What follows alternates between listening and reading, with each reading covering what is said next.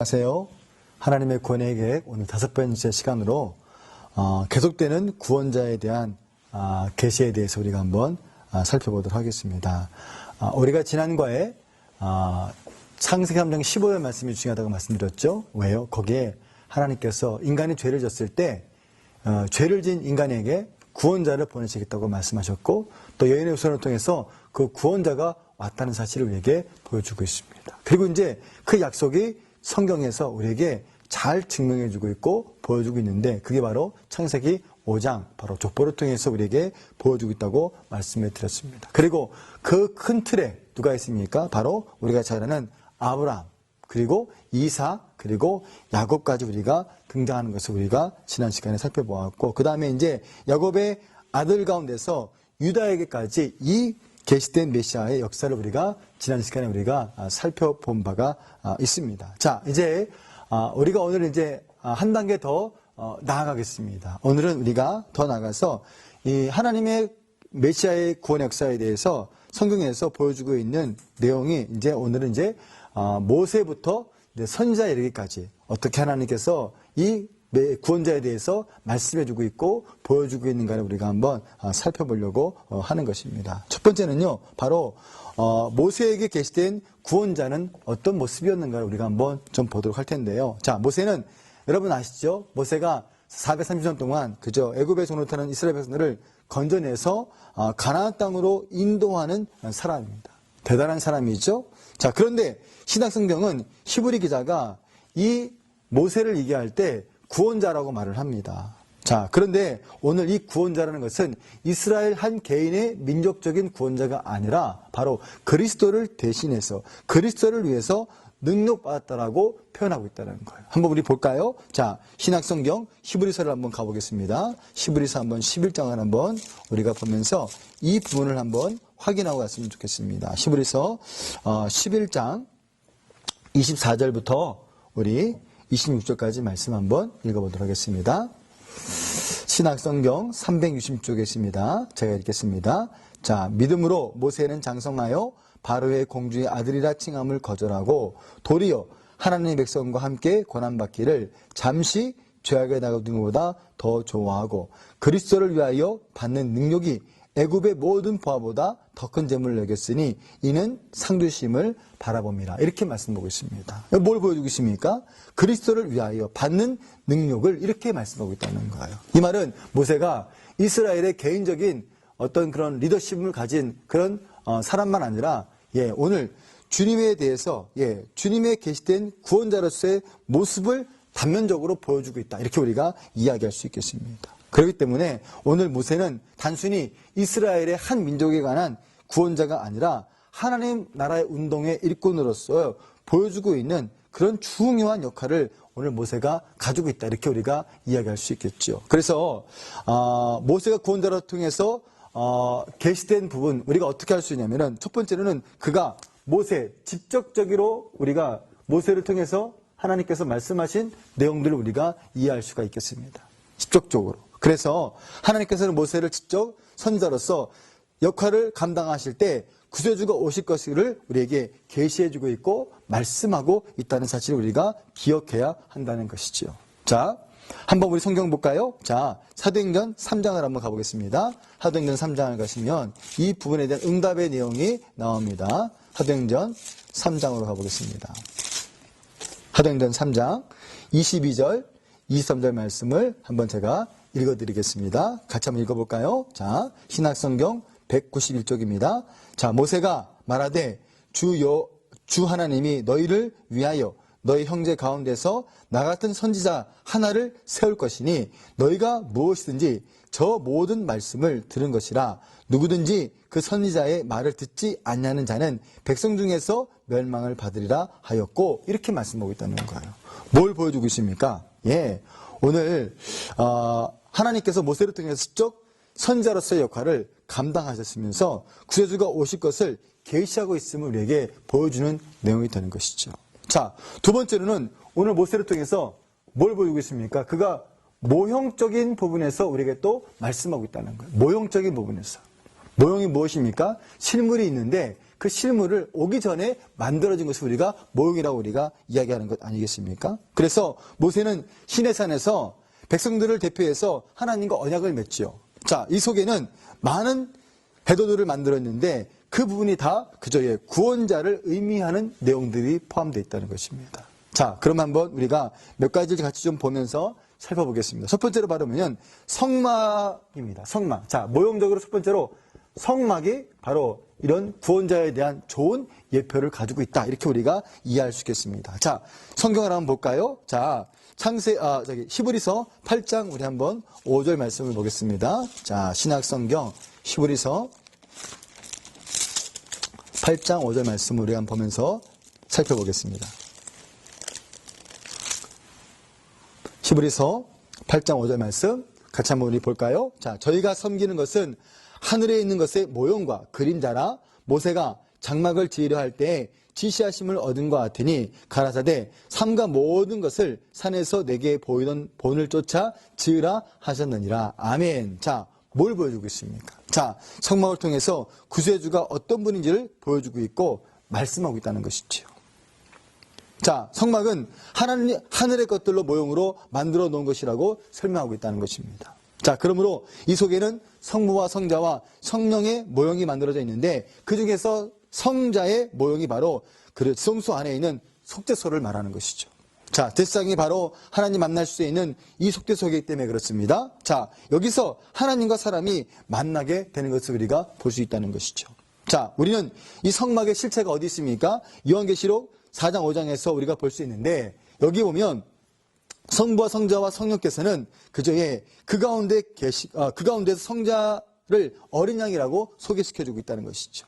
이는 그가 바로 인류의 속죄함을 받을 수 있게 하는 구세주가 되기 때문에 그렇습니다. 그래서 오늘 이 성막은 나중에 실물이 되는 하나님 나라의 모델을 우리에게 보여주고 있고 설명하고 있습니다. 그리고 예수님을 보여주고 있다는 것이죠. 그러므로 어린 양 되시는 구세주의 모형이 바로 속죄소가 되는 것이죠. 그래서 이 부분을 통해서만 성부에게 나아갈 수 있는 길이 되는 것이죠. 하나님께 나아갈 수 있는 길이 바로 여기에 있다. 그래서 오늘 모세를 통해서 이 성막을 통해서 구세주를 계시하고 있음을 우리가 발견할 수 있다는 것입니다. 자, 두 번째는요, 바로 제사장을 통해서 보여주고 있는 메시아에 대한 이야기, 구원자에 대한 이야기를 우리가 살펴볼 수가 있습니다.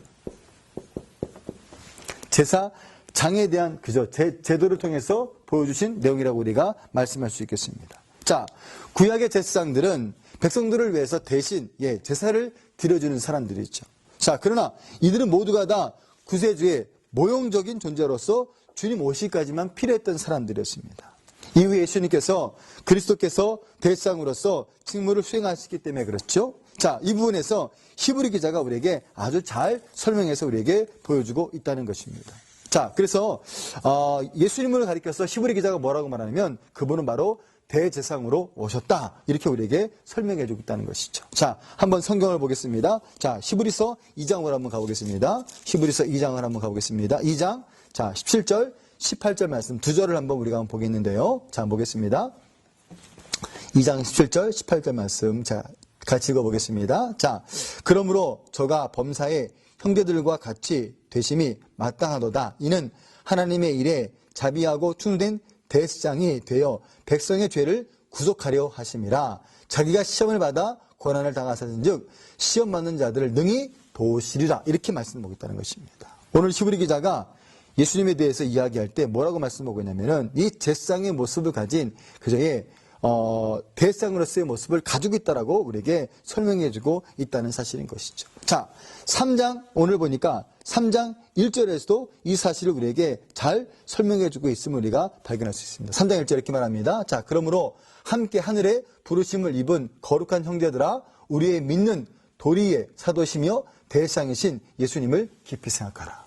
자, 제사장의 모습이 바로 메시아에 관한, 구원자에 관한 메시지를 히브리서가 언급을 하고 있다는 것이죠. 자, 4장으로 한번 더 오겠습니다. 4장, 자, 14절부터 16절 말씀 보면 다시 한번 우리가 확인할 수 있습니다. 보십시오. 자, 그러므로 우리에게 큰 대제사장이 있으니 승천하신 자 곧 하나님의 아들 예수시라. 우리가 믿는 도리를 굳게 잡을지어다. 우리에게 있는 대상은 우리 연약함을 채울하지 아니하신 자가 아니고 모든 일에 우리와 한결같이 시험받는 자로되 죄는 없으시로다. 이러므로 우리가 긍휼하심을 받고 때를 따라 돕는 은혜를 얻기 위하여 은혜의 보좌 앞에 담대히 나갈 것이다. 이렇게 우리에게 말씀하고 있습니다. 자, 오늘 모세는 뭘 보여주고 있습니까? 제사장을 통해서 그죠? 우리 예수님이 구원자로서의 대제사장으로서의 모습을 우리에게 보여주고 있고 말씀한다고 우리에게 기록하고 있다는 것입니다. 자, 특히 히브리서 5장, 6장, 7장은 구약의 제사장들과 예수 그리스도를 비교하여 구약의 제사장들이 문제점을 지적하면서 예수 그리스도가 새로운 대상으로서 오셨다는 것을 증거하는 내용을 포함시키고 있다는 것이죠.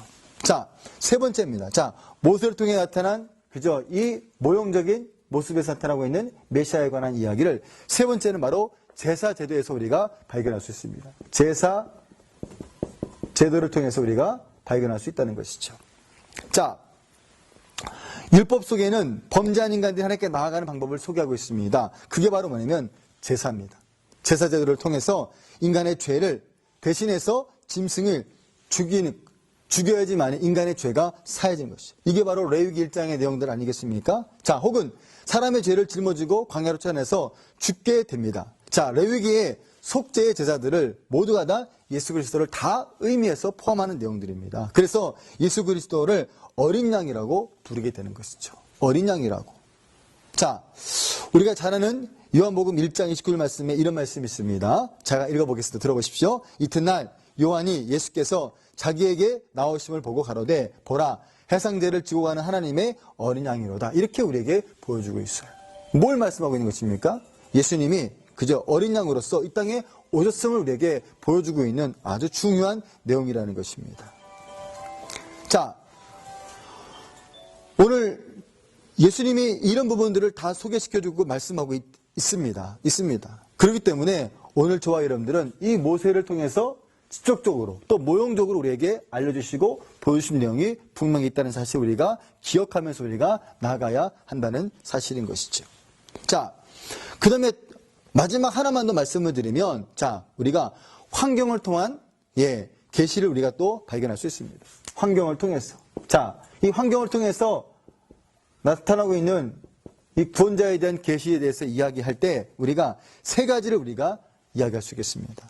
하나는 반석, 그리고 또 하나는 만나, 그리고 놋뱀입니다. 이 모두가 다 그저 계시된 예수님에 대해서 보여주고 있다는 것이죠. 자, 먼저 반석을 보겠습니다. 반석은, 자, 바울이 광야에서 반석은 예수 그리스도라고 말을 하고 있습니다.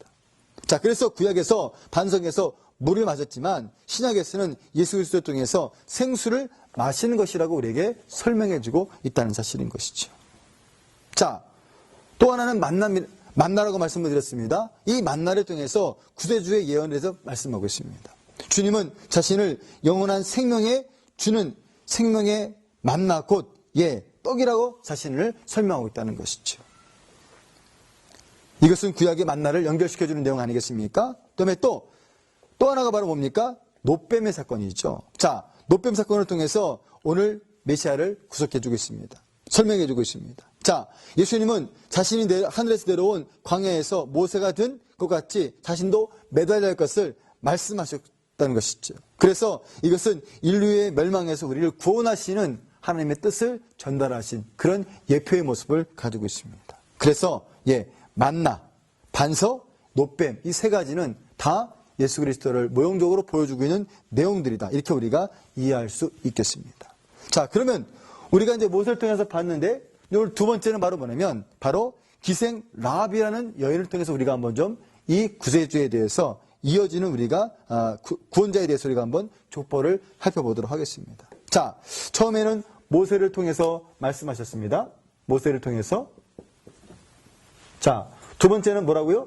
두 번째는 바로 기생 라합을 통해서 우리가 한번 살펴보려고 하는 것입니다. 라합. 자, 사실 우리가 이 라합도 우리가 전과에서 말씀드린 대로 조금 부끄러운 부분이 없지 않아 있는 내용이 있습니다.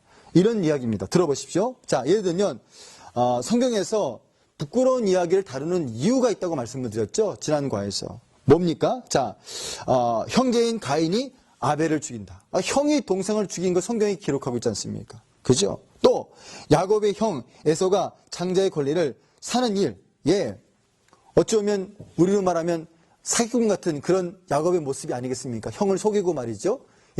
장자권을 다 뺏는 것을 보면 결코 우리가 봤을 때 이성적으로 이해가 잘 안 가는 부분이 분명히 있다는 것이죠. 자, 또 시아버지인 유다가 며느리 다말과 동침하는 사건들, 이거 참 부끄러운 모습 아니겠습니까? 자, 그리고 오늘 여리고성에 들어갔을 때 이 기생 라합의 사건이 또 그 하나의 예가 될 수 있겠다는 것이죠.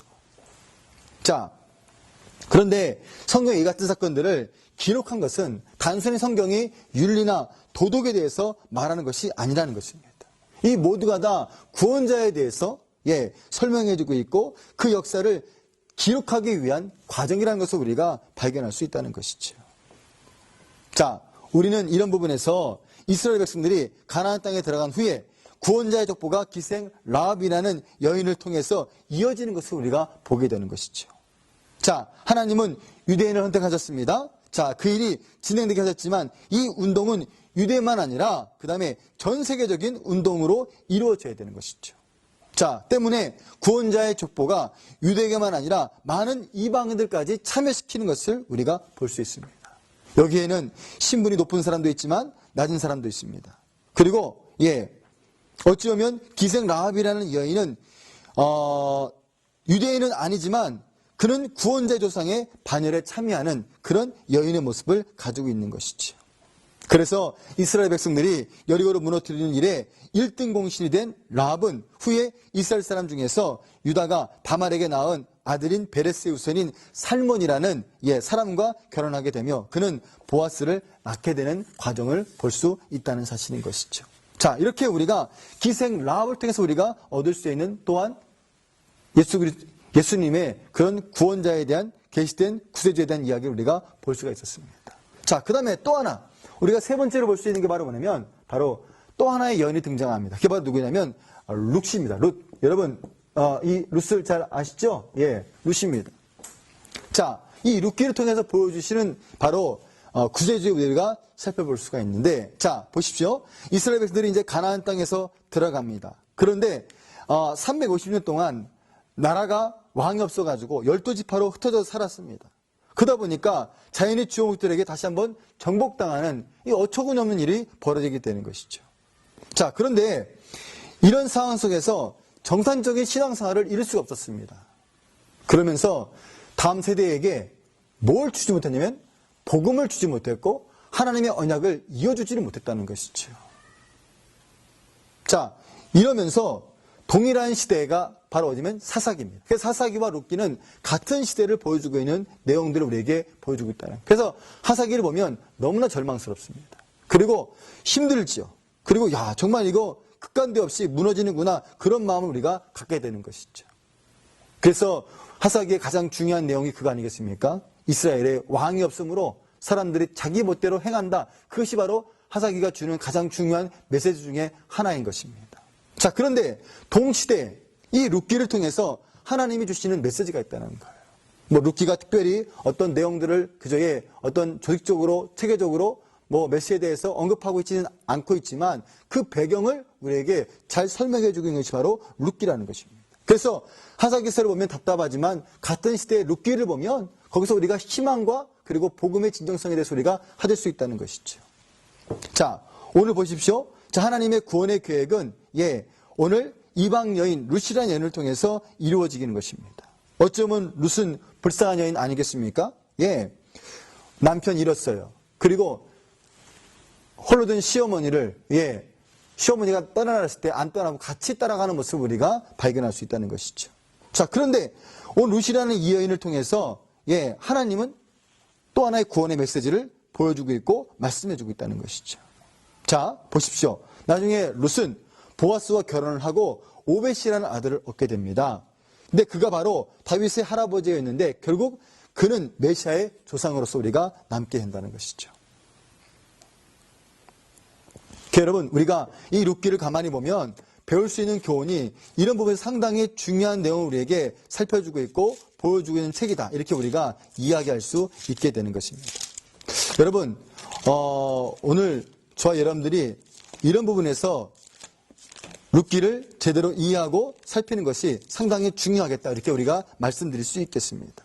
자, 여러분, 오늘 룻기에서 가장 중요한 내용이 이 안에 포함되어 있다는 것을 우리가 기억하면서 우리가 살펴봐야 됩니다. 자, 오늘 여러분들이 이런 부분을 살피면서 우리가 한번 룻기를 보면 좋겠는데요. 자, 여러분 한번 사사기 룻기를 한번 보겠습니다. 자, 여러분, 자, 룻기, 자, 4장으로 가보겠습니다. 룻기 4장. 자, 구약성경 405쪽입니다. 자, 405쪽.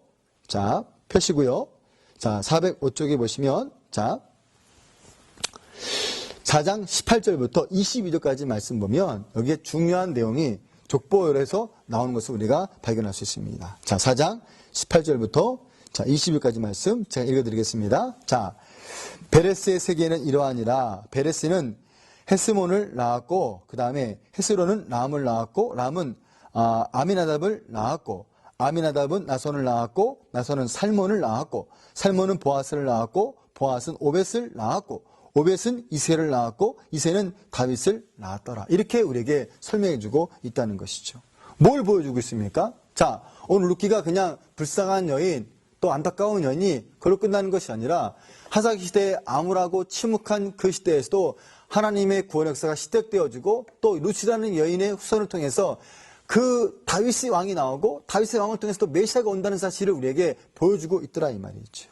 그래서 오늘 룻기의 중요성이 바로 이 안에 있습니다.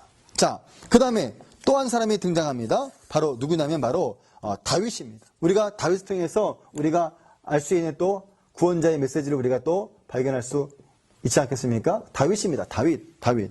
자, 오늘 다윗을 보면서 우리가 뭘 느낄 수 있습니까? 자,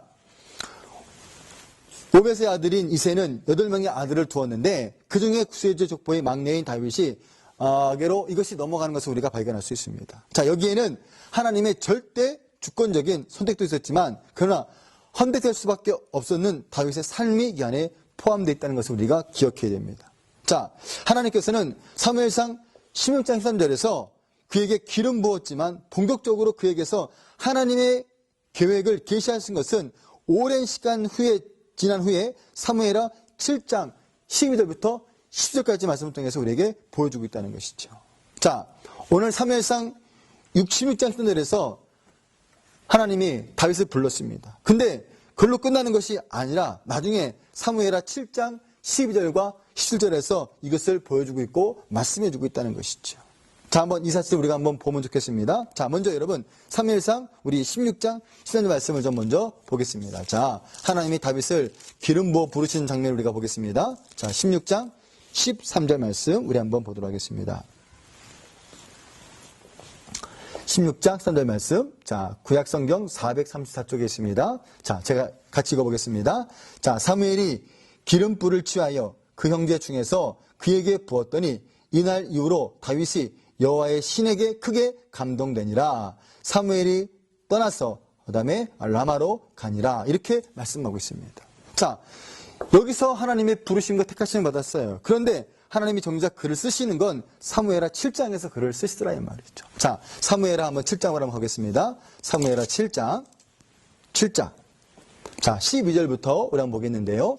12절부터 17절까지 말씀을 우리 한번 보도록 하겠습니다. 자, 구약성경 473쪽에 있습니다. 자, 같이 한번 읽어볼까요? 자, 12절부터 보겠습니다.